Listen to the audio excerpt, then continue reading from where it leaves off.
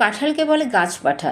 কাঁঠাল মানে এঁচোড় নাকি পেঁয়াজ, আদা, রসুন, ঘি, গরম মশলা দিয়ে রান্না করলে খাসির মাংসকেও হার মানায়। তাই আমি ভাবলাম অনেক তো হলো চিংড়ি দিয়ে, এবার একটু নতুনত্ব হয়ে যাক।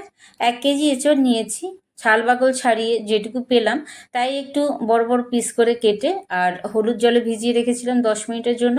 10 মিনিট পরে ভালো করে ধুয়ে আর একটু হলুদ দিয়ে 5 মিনিটের জন্য সিদ্ধ করে জলটা ঝারিয়ে নিলাম। এবারে কড়ায় তেল দিয়ে দিলাম আর 3টে আলু একটু বড় সাইজ করে কেটে নিয়েছিলাম, তাই একটু নুন আর হলুদ দিয়ে ভেজে তুলে রাখলাম।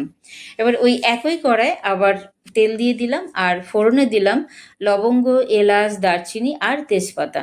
ফোড়নের অ্যারোমাটা একটু ছড়াতেই 4টে পেঁয়াজ কুচি, ছোট সাইজের 2টো টমেটো কুচি আর 15 কোয়া রসুন বাটা, 2 চামচ আদা বাটা, 5 থেকে 6টা কাঁচা লঙ্কা কুচি দিয়ে ভালো করে একটু নেড়ে চেড়ে 1 চামচ হলুদ গুঁড়ো আর 2 চামচ লঙ্কা গুঁড়ো দিয়ে দিলাম।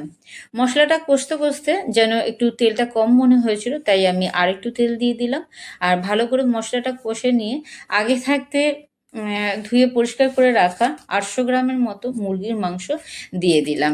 এবারে মুরগির মাংসটা আমি 5 মিনিটের মতো ভালো করে কষে নিচ্ছি আর এই পর্যায়ে আমি 2 চামচের মতো ফ্যাটানো দই দিয়ে দিলাম।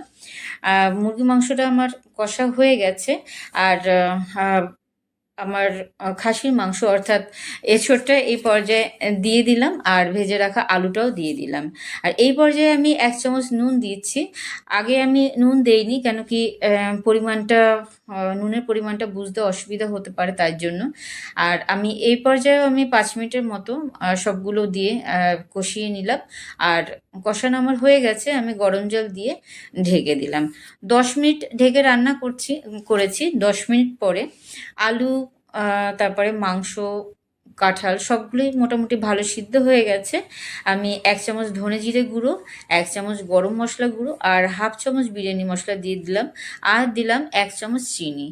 এই সমস্ত মশলাগুলো দিয়ে ভালো করে মিশিয়ে আমি আরও 5 মিনিটের জন্য ঢেকে রান্না করলাম এবং রান্নাটা আমার হয়ে গেছে। আমি এই পর্যায়ে একদম সবশেষে আমি 1 চামচের মতো ঘি দিয়ে আরও 1-2 মিনিটের মতো একটু নেড়ে চেড়ে আমি নামিয়ে নিচ্ছি।